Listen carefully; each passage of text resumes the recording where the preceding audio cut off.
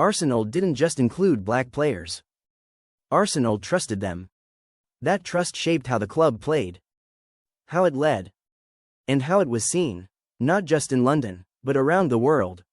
To understand Arsenal's identity properly, you have to understand that difference. Black players at Arsenal were never peripheral. They weren't symbols. They weren't gestures. They were central, trusted with responsibility, authority, and expectation. David Rocastle wasn't an exception to this culture. He was evidence of it. At Arsenal, representation mattered, because responsibility came with it. That culture showed itself in how Arsenal played. Expression was encouraged, but discipline mattered. Flair existed, but intelligence was non-negotiable. And over time, certain players came to embody that balance. Ian Wright brought joy and connection. Not just goals, but honesty. He spoke like the fans, played with emotion, carried the club's spirit, without pretending to be anything else. Patrick Vieira brought authority, calm, control, leadership, without noise. At Arsenal, he wasn't just a great midfielder.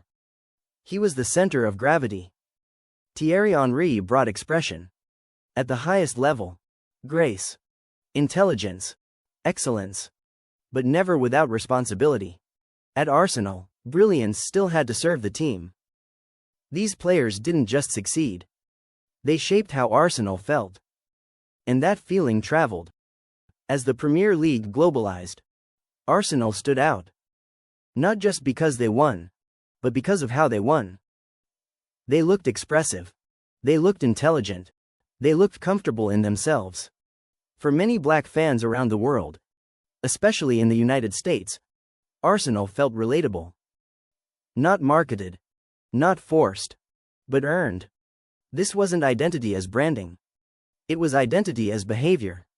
And that behavior didn't disappear when eras change. It carried forward, into the academy, into the way young players were trusted, into the way responsibility was given early. Bukayo Saka didn't appear by accident. He arrived into a culture that already understood trust, already understood expectation, already understood responsibility. Different players, different eras, but the same through line. Arsenal's soul wasn't shaped by moments.